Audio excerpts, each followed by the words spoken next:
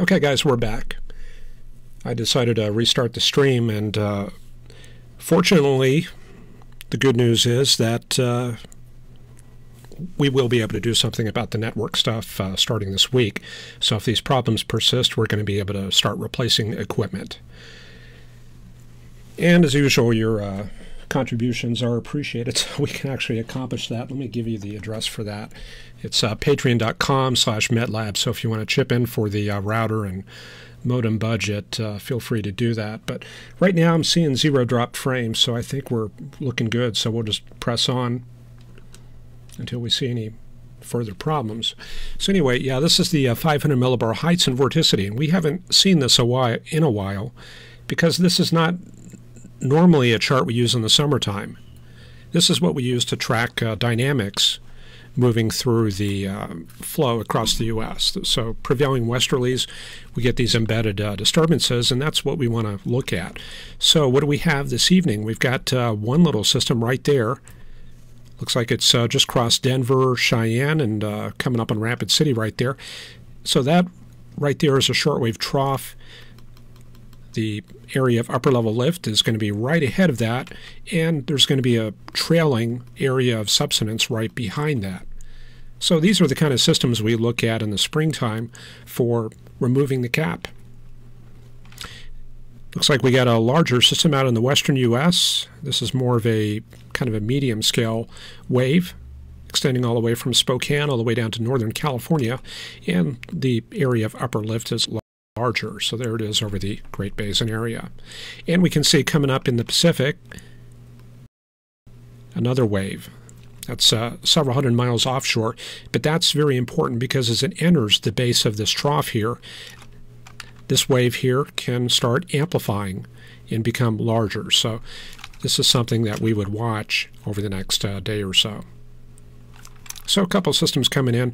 Now this isn't the ideal chart for looking at vorticity because it's very focused on the troughs and not the ridges. Because if you look out in the Great Lakes and the Midwest, we're not seeing any detail. There's no color shading, but there are definitely shortwave ridges out in this area somewhere. But this particular color scale is not showing that. So a lot of times I'll go and use other sources of data. Pivotal Weather actually has some good charts for that. I don't know if I have one pulled up. Let me see if I can find it real quick. But their color scales for vorticity are a little bit better. Yeah, I guess, yeah, there we go. Yeah, this is vorticity here. Again, this focuses mostly on the troughs. However, when you get into that gray shading right there, that's negative vorticity or lower vorticity, and that can help show where your ridges are. And I think that's one right there out around Sioux Falls down into Iowa. That looks like a shortwave ridge, and out ahead of it, that's where we find subsidence. So those are some rules of thumb you can use to find lift affecting your area, and we'll work with that more as we get into the fall and winter patterns. All right, let's get back on track and look at the thickness and vorticity, thickness and isobars. You can see our two tropical systems. There's that one out in the Atlantic, and we can see a little bit of Sergio off to the south. However, this is what we use to find our air masses, and that's pretty easy to pick out. There's that cold front from Kentucky all the way down to Texas, and it looks like we can pick up a little bit of that Pacific system. Maybe kind of like that there from Nevada into California. So that's what's going to be crossing the Rockies over the next day or two, and probably heading up to the Dakotas and Nebraska. And just a quick look at the precipitable water. Looks like we got a pretty good plume of moisture coming up from Louisiana into Arkansas and Missouri. Not affecting Texas so much, mostly the Mississippi River Valley.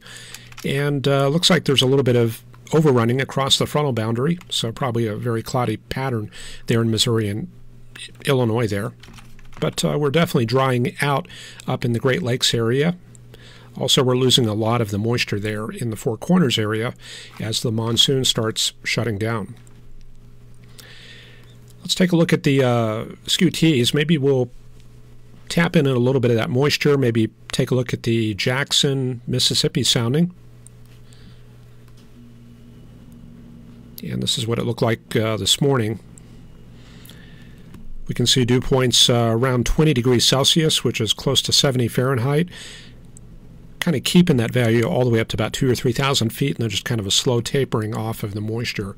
But that's pretty moist there, and we don't see much capping of that air mass. We'll take a look at another sounding, Little Rock. Similar picture there, lots of moisture in the low levels, tapering off to about 60 to 63 dew points at about 3,000 feet. And finally, we get into some dry air up above 5,000 to 6,000 feet. A little bit more slight capping at about 5,000 feet there, and another pretty good inversion up at about 18,000 to 20,000 feet. Okay, so, I guess College of DuPage decided to load some of the products. That kind of stuff probably could be responsible for some of our internet consumption here while we do the webcast, but let's look at the patterns over the past day. Wow, you can definitely see that frontal boundary from the northeast all the way down to Texas, and a lot of the stratus and straticule showing up very well on the visible imagery there. So what's causing that? Probably a little bit more cold air advection up in this area, and then we get more of the overrunning as we get out west due to the low-level flow being out of the south in that area. We'll go ahead and go region by region. The Pacific Northwest showing that large frontal system. There it is, got that S shape on the backside right there, and probably got just kind of a quick look at where the fronts are. I'd probably be going maybe something like that, and we can see the more unsettled, unstable look out around the Reno area here. Probably lots of towering cumulus and probably some shower activity from Winnemucca and Elko all the way down to Reno. It's pretty quiet in the southwestern U.S., kind of a complete lack of thunderstorm activity for kind of a big change from August, definitely. So skies are clear around Phoenix and Tucson, and up to the north we can see the approach of that frontal boundary. In Texas, we can pick up those thunderstorm overshoots there. Run that back and we can see the showers developing there around Hobbs, and then they track northeast. And probably some of the updrafts are back behind the frontal boundary, so they're ingesting some of the cooler air, so we're going to expect to find some of the heavier storms down to the south where the cells are more on the boundary there. North central U.S. is going to be mostly under the influence of that high pressure that's out in the Great Lakes area, so we've got north to northeast flow affecting that area right there. Front is well to the south, so this is all just going to be low clouds, low stratus and stratocumulus, kind of a cool and cloudy day for much of that area. Northeast, depending on where you are, north or south of that front right there. Michigan, very cool day. North winds coming down and down to the south. Very warm day with south flow in that area. And we're starting to pick up a little bit of the lake effect. In fact, let me run that back, and you can see that developing there, especially around Lake Michigan and Lake Huron, where there's a longer fetch there. And there it is right there, affecting the area around Alpena up to, I don't know all the cities, but anyway, we'll run that forward, and you can see the rest of that lake effect there. So that lake effect, that's being caused because we've got this very cool air mass coming down from Canada, and the lake temperatures are still pretty warm. And let me show you the lake temperatures. There we go. That's how things are looking a couple days ago. Lake Superior, kind of cool, 48 to 50 there. And then down around Lake Michigan, looks like temperatures around 60. Some pockets of 65 or so. And then you get down to Lake Erie, it's almost 70 degrees there. But Lake Erie is a very shallow lake. In fact, let me show you this diagram that I found on Wikipedia. This compares the Great Lakes there, and you can see Lake Superior has a tremendous amount of volume there. In fact, it's pretty much about the same as maybe a little more than all the other Great Lakes combined. And at the other end, Lake Erie, there it is right there, doesn't have much volume, and it's a very shallow lake, so it stays pretty warm early in the season, and it cools down pretty rapidly. So as you might imagine, as we get later and later in the fall, Lake Superior is going to become pretty important. And you all know that Gordon Lightfoot song about the Edmund Fitzgerald. That can be a very potent area of storm formation. That storm was back in 1975. It tracked up from Kansas, headed north into Wisconsin, up to Lake Superior, and of course it sank that ship in eastern Lake Superior there. What was that, about 35, 40, 45, 43, something about 40 to 45 years ago. Something long time ago there. Okay, so let's go to the southeast U.S. It's kind of a quiet day, but we can see this anticyclonic flow. See that right there? You can see the northeast winds across Florida, and then you get up into Tennessee and Kentucky, and they're out of the southwest. So that outlines the location of high pressure, subtropical high covering the Atlanta area. All right, so let's put it together, and we'll look at the upper level patterns over the next 2 weeks or so. Let me just take a quick look at the stream going on there. All right, let's see. Chat, Lexi Pinkson Walsh is with us, and Carl Burkhoff, Sue M, reporting 80 degrees there. Carl Burkhoff got up to 47 up in his area. Lexi reported 47 as a high. Oh, commenting on somebody else's 47. Carl's there. Alexi reporting upper 80s there in Texarkana. Meat Puppet reporting 55 in southern England. David Lumbert in Maumelle, Arkansas, 85 over 74. See, we got JT here with 48 over 43 in North Illinois. Erica in Coffeyville, Kansas, 64 over 59. Burl H is here, and Ryan Toomey's stormy and rainy the next few days there in southern Florida. Adam Davis, central Indiana, seeing some coloration in the trees. Carl Burkhoff got some fall photos. Jason Boggs with us. Mike Crossland looking for a forecast on Saturday. I'll try to remember that, but usually my head is pretty full when I do these weathercasts. Francis Chartrand, welcome, and just scrolling through the messages here. Carl Burkhoff reporting 40 over 34. Jason Boggs looking for some severe weather in the Texas Panhandle on Sunday.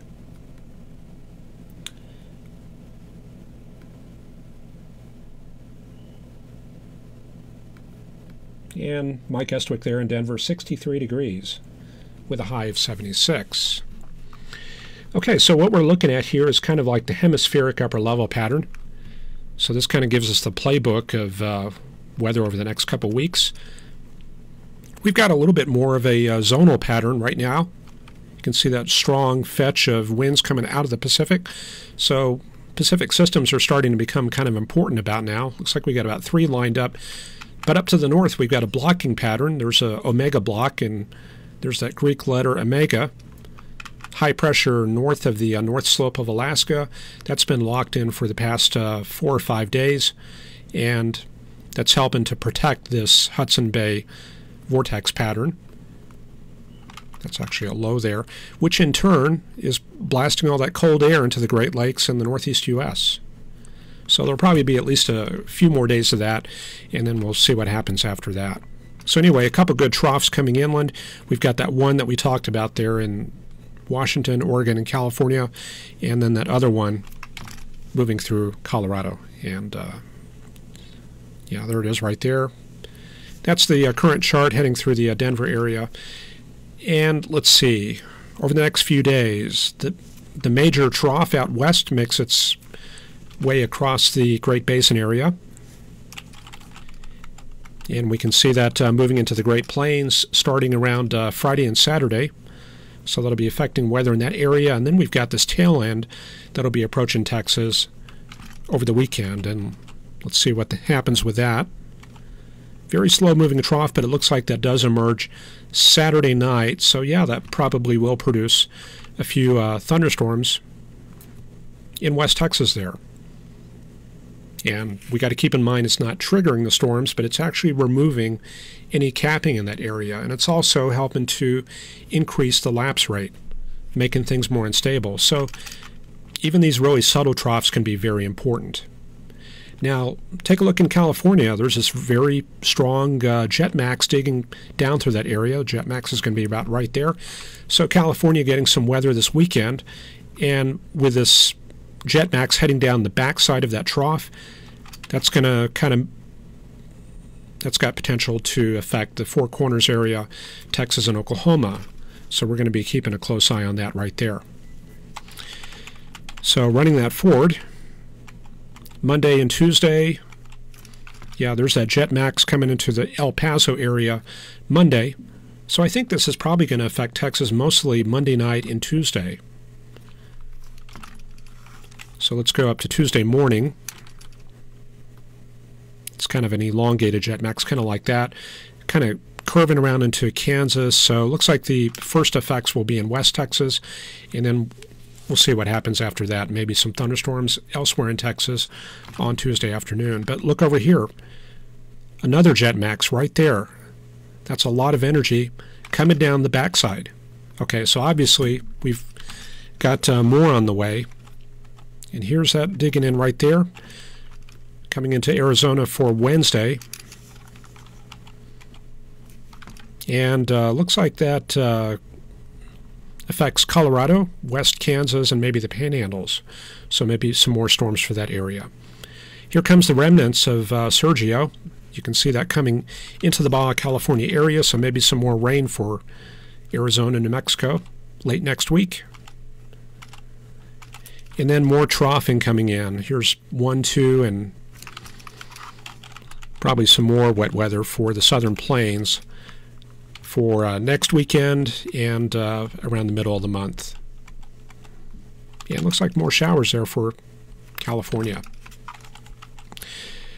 Okay, then after that, things are very unsettled out in the Pacific, so it looks like we're going to have a couple major systems coming into the Pacific Northwest. This is getting pretty far out there, but we've got a lot coming in to the U.S. next week and the week after. And towards the very end, look at that big upper-level low out around the Aleutians and the Gulf of Alaska. So, yeah, we're certainly shifting gears here. This is a classic fall pattern there on the upper-level charts. And I think probably in a couple weeks we're going to be looking at a much colder pattern. Just to give you kind of a sneak peek of temperatures, this is the 850 millibar temperature anomaly. Now, Pivotal Weather, they do offer the surface temperature anomaly right under this menu here. There it is, 2 meter temperature anomaly. However, that tends to be kind of noisy. Sometimes I like looking at this 850 anomaly because that kind of dampens it out a little bit. So let's run this through and I'll show you what's going to happen. So we see all this. Let me get my cursor back. Hang on a second. Okay. There we go. Okay, so starting out.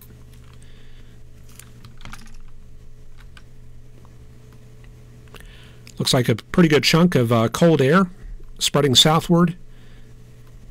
So you can see all that very cold air up at 5,000 feet across Michigan and Minnesota. Now, remember the surface front is way down here.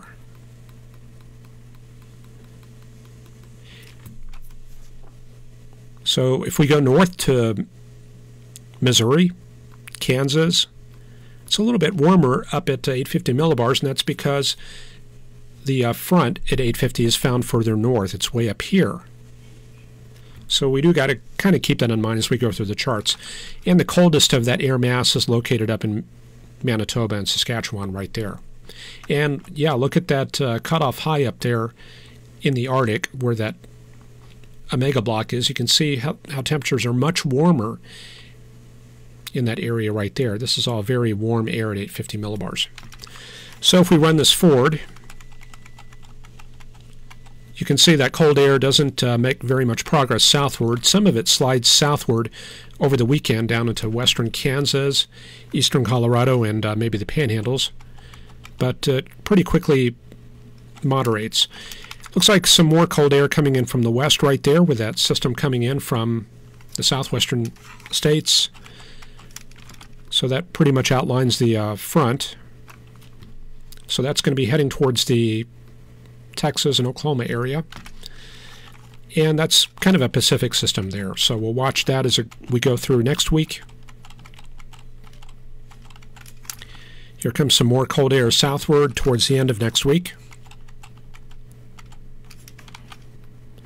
Another cold front coming up from southern Colorado and Kansas around Saturday the 13th.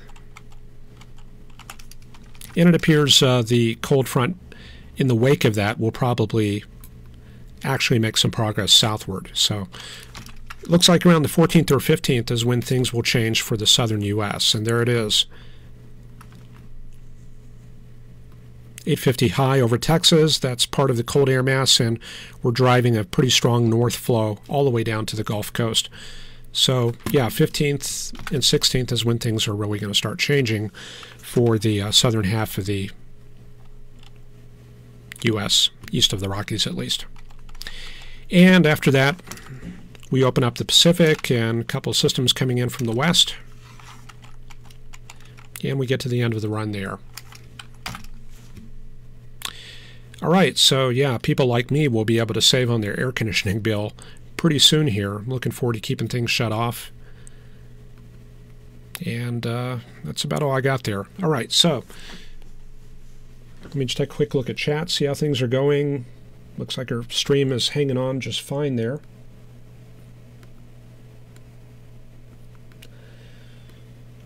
Let's see, a little discussion in there about the models. Pilot Mule Rider reporting still summer in Shreveport. Everardo Munoz, thanks, I appreciate that.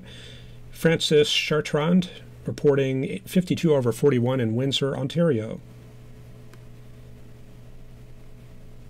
And Meat Puppet talking a little bit about the models there. Sue M and Mike Estwick also chatting, mentioning the Facebook page. Meat Puppet mentioning the deep trough next week looks to have some energy from Hurricane Walaka tied up in it.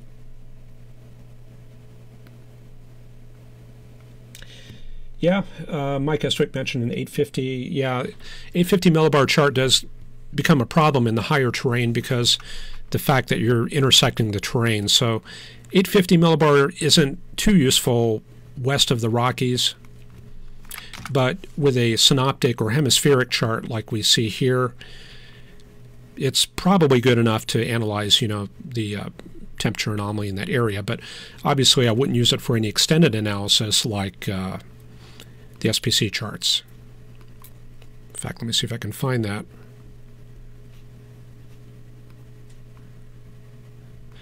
Let me just see what it shows when I pull up the 850 millibar chart.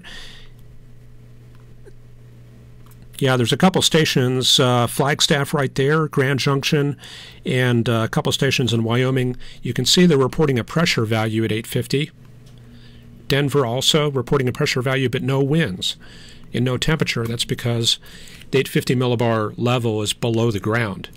So it's actually extrapolating the pressure in those stations. And we can't actually use any of the 850 millibar data in that area because this is all below ground. And even these stations here can be problematic because they're so close to the ground. So indeed, yeah, like Mike Estwick says, you do have to use that chart with a little bit of caution. All right, that's about all I got for tonight. I appreciate you all joining us, and let me get the music out, and we will be done. And we're just waiting for the disk drive to spin up. Here we go. All right. Thanks all. Appreciate you all watching, and we'll see you on Sunday. Take care. Bye-bye.